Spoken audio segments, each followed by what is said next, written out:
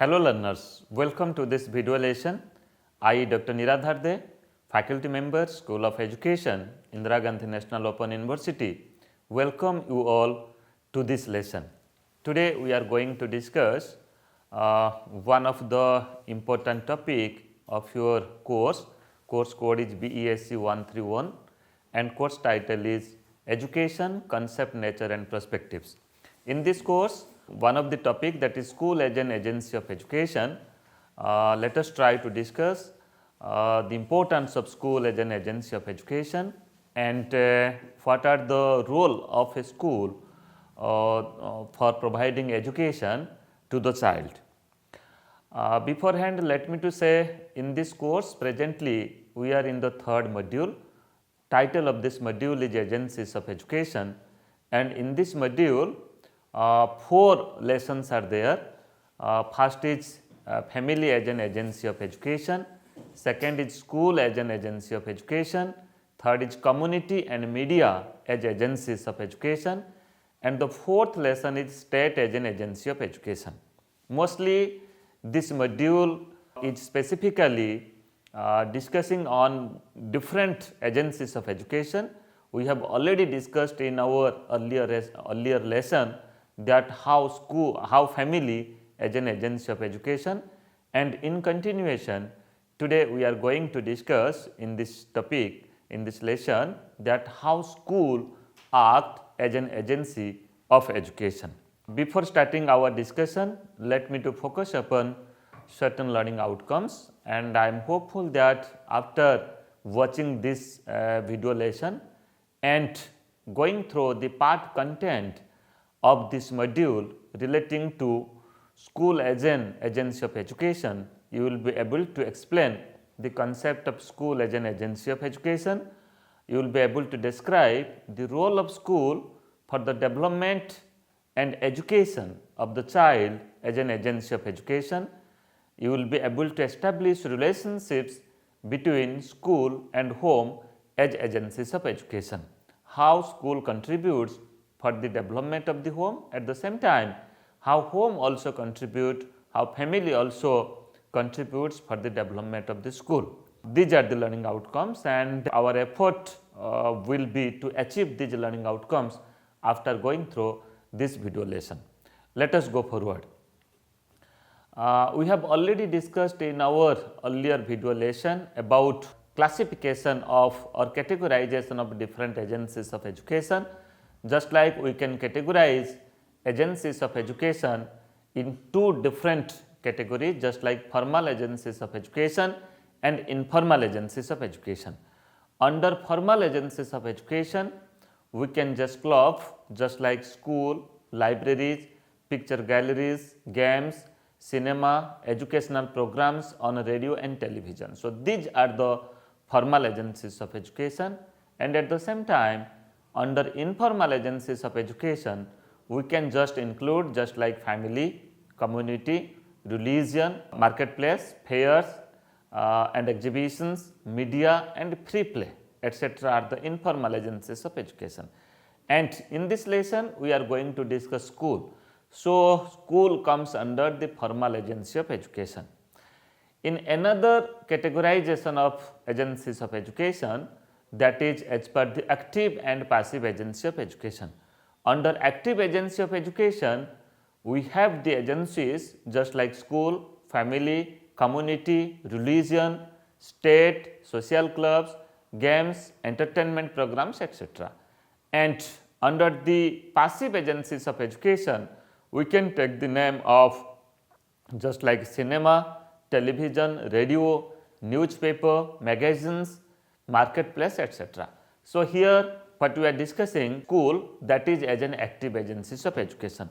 So, now mostly we can say that school is a formal agency of education as well as school is an active agencies of education, because in school both children as well as the teachers, both learners as well as the teachers, they involve themselves very actively. Okay. And you can say the environment in the school is just like a formal environment, because in a school day to day class is there as per a time schedule, a formal curriculum is there, formal assessment system is there.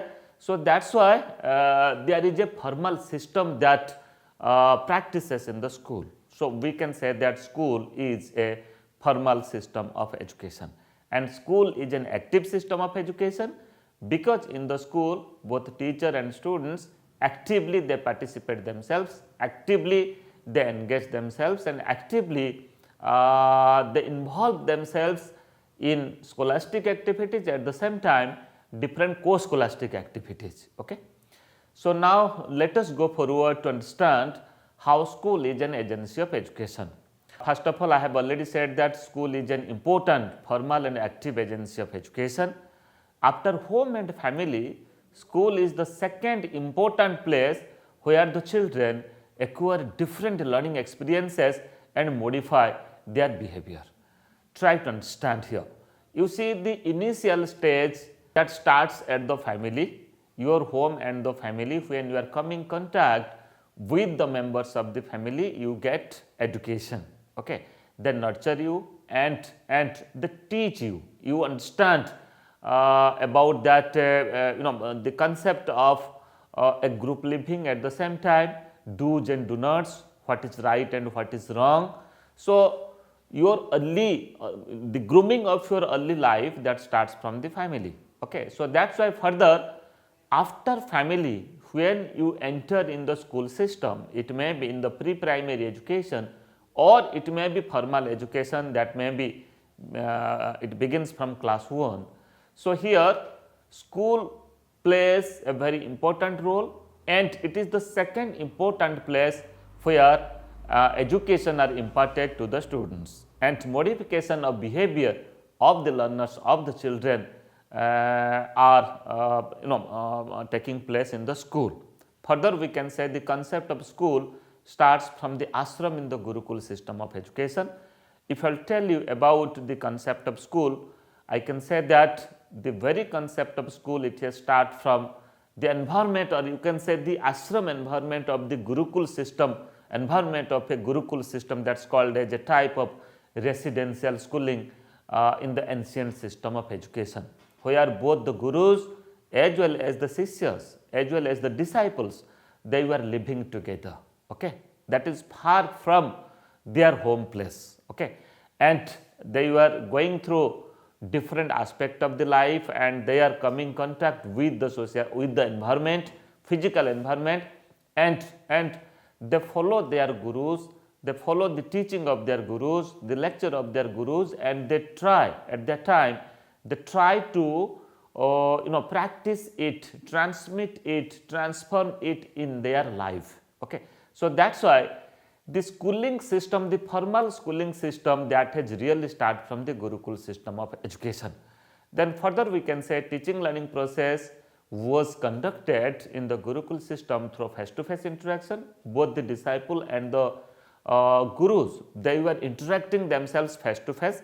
Then guru were telling certain stories, that is called as storytelling, and the disciples or the learners, they were just understanding that story, the moral of that story. Then accordingly they were transmitting it, they were transforming it in their life, they are practicing it in their life. And the disciples, they were also engaging themselves in different types of hands-on activities. Okay. It may be related to medicine, it may be related to earning their you can say bread and butter. Okay. So, that is why they were engaging themselves in different types of hands-on activities. Okay. They were doing certain things that may be in different type, and they were also exposed to the nature for true learning. So, they were learning most of the time of their teaching, they were engaging themselves in the natural surrounding, or you can say in the nature. They were learning from the nature. And for the objectives of learning were to understand life, nature, and acquire values, especially in the gurukul system of education. Okay. They were getting training to live their life, they were getting training to lead a spiritual life, and they were getting training to understand their life is for what. Okay. And they were also engaging themselves in acquiring different types of values. It may be social values, it may be other types of values also. It was not memorizing the information, rather to reflect upon it in one's life practices. It is not only developing at that time just like a rote memory, just to development only the memory, rather you can say it was more than that. So, the education at the Gurukul system, that was really preparing the individual for living their life and taking leadership also. But now schooling is a formal center of education where the children need to be taught about the societal system, governance, civic structure, we can say, democracy, country, the concept of a country, then demography, different demography in a society or in a country, history, languages that we practice, then mathematics and different types of vocations. At the same time, when we involve ourselves to understand, for understanding our society, our societal practices and the democracy that we practice or the demography that we are having. So, mostly we are engaging ourselves in understanding the diversities, diversities in our society. It may be related to our culture, our languages and other types of diversities also. So, that is why the now the concept of schooling, this has been widened. In Gurukul system, it was just limited with a residential school, limited with ashram living, but now the system of schooling is not only limited in ashram living. Definitely residential school system is there. At the same time, here the concept of school, it categorizes or it includes the broader living of the individual. That means living for oneself, at the same time living for the society, living for the betterment of others, living for the betterment or for the development of the country, of the nation. And we can also say that it also prepare individual for living a global life. And further, the school system thus becomes an important agencies of education in today's education system. Just like a society, school is also called as a type of miniature and subsystem of society. And we can also say that family is also a type of miniature of the society, a small form of the society, because it may be a family, it may be a school. We follow certain rules, we follow certain regulations. There is a system of living, and there is a system, there is a processes to do the things. So, that is why society is a larger entity, but school is a subgroup or subsystem, or sub entity or a miniature entity of the society, because the principle laws of the society are also being practiced in the school for taking decision and for engaging students. So, there is a system just like a society. Then further it comprises different stakeholders like teachers, students, parents and the government. You see, when we talk about school, it includes many stakeholders. Teacher is a part of the school because teacher teaches the students, teacher transacts the curriculum by using different methods, activities, demonstration, techniques, strategies, and certain psychological principles also. Teacher try to learn, try to understand the children, then accordingly as per the strengths and weaknesses of the learners, teacher provide instruction. So, definitely we can say that teacher is one of the very important stakeholder of school. Then further, learners or the students are also the stakeholder, another stakeholder, because students are the real beneficiary from the school system, because whatever system has been developed, whatever processes that are being adopted in the school, that is for the students, means how the students will gain knowledge, how the students will be educated. So, the learning experiences and other types of teaching, it may be related to life skill, it may be related to development of scholastic and co-scholastic abilities that are being practiced and designed for the development of the students. So, that is why students are also another stakeholder of school system. Then at the same time, parents, community and government also, because without involving the parents, this is simply foolish to understand or to understand that there will be the development of education. So that's why parents are the part of the school, because directly parents come contact with the students, because further from the family they will come to the school. So that's why without involving the parents, no schooling system will be perfect or fulfilled. So that's why parents are also important stakeholder than government.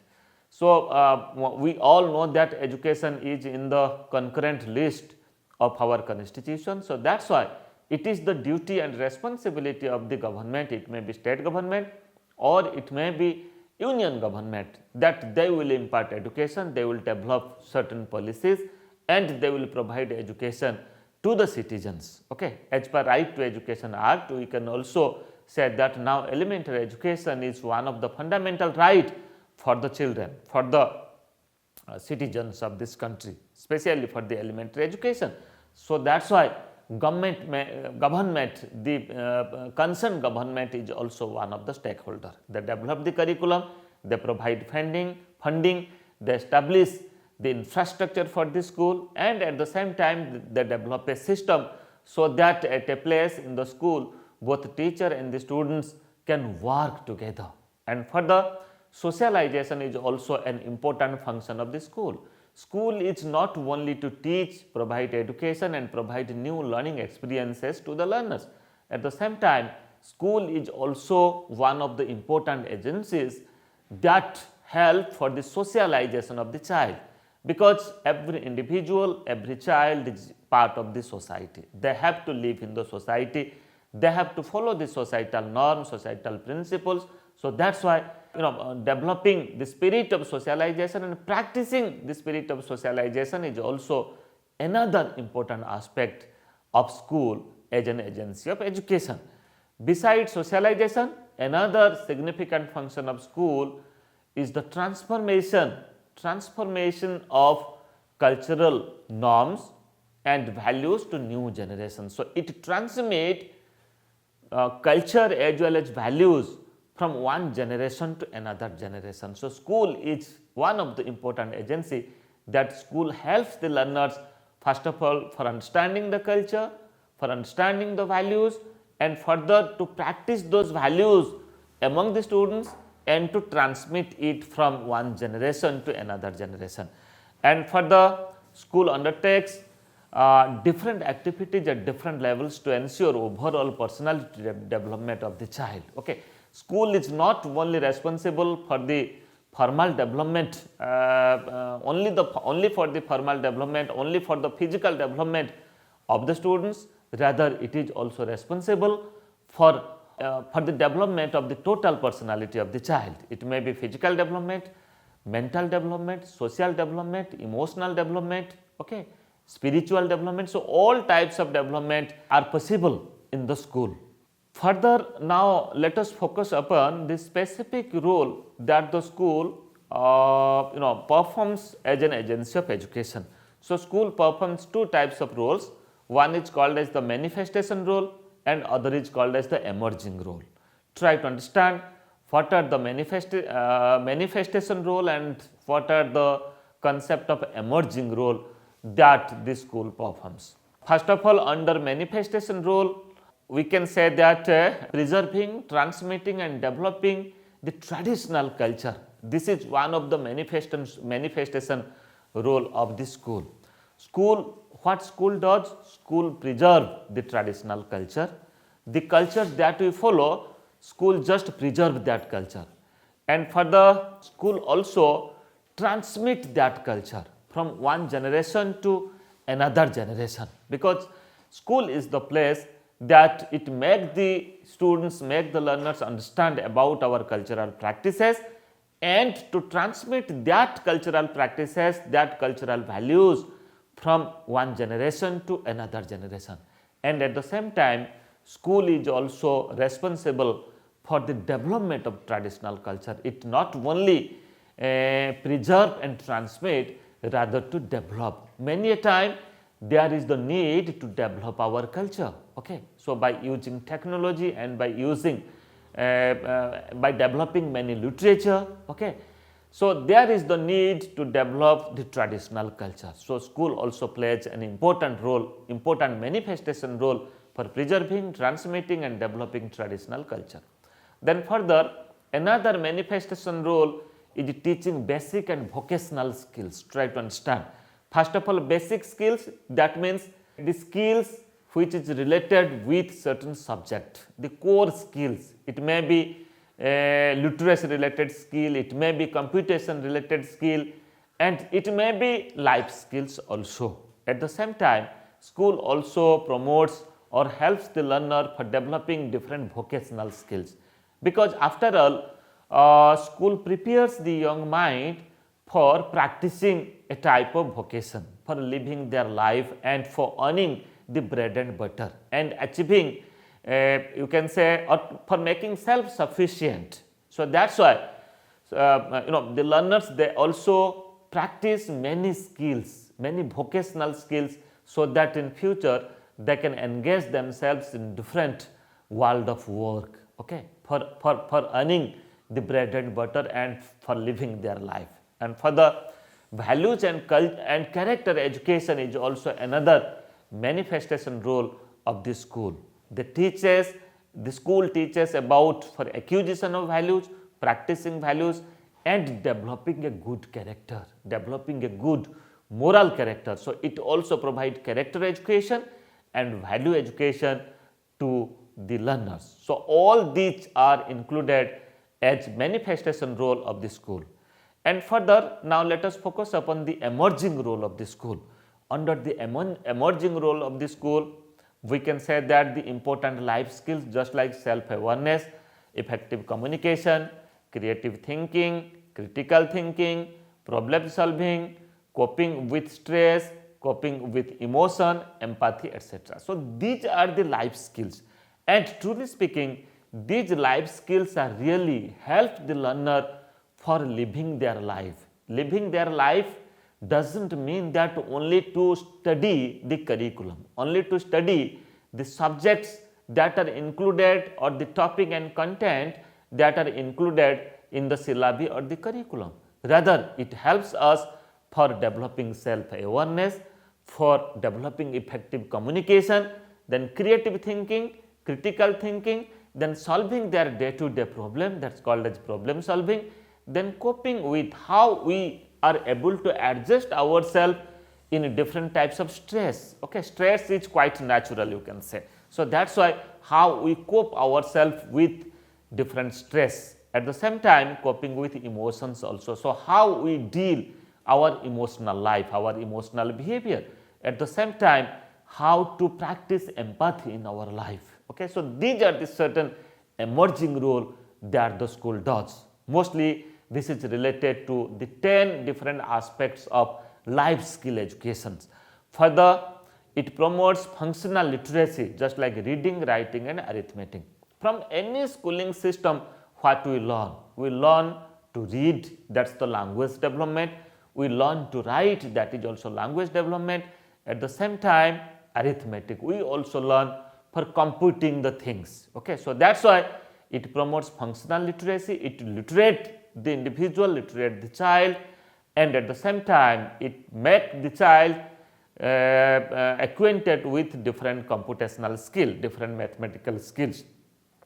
Further, school fosters creativity and scientific temperament of the children, of the learners. So, the creativity of the learners are different. You cannot say that all are having a similar type of creativity. Okay, so school provide, or school is a place where the learners can exhibit, learners can express themselves as per their ability, express themselves as per their creativity and aptitude, and they have the scientific temperament also, and they always try to do certain new things. So, that is why keeping in consideration of their thought process, of their critical thinking, they also try to innovate certain new things. So, that is why school provides that scope, that emerging role school performs.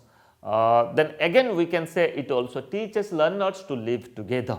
Okay. So, how to live together, how to follow the rules and regulations, how to cooperate to others, how to develop empathy so that one can live in a group or one can develop a sound living in the group, in the society. Okay. So, that is why it teaches learners to live together. So, friends, these are the roles that come under the emerging role of the school.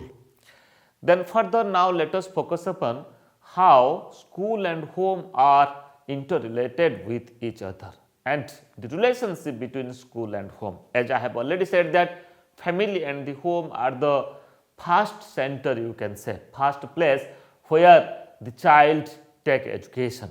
Okay. Family grooms the child, grooms the young child and educate the child also. They nurture at the same time provide education to the child also.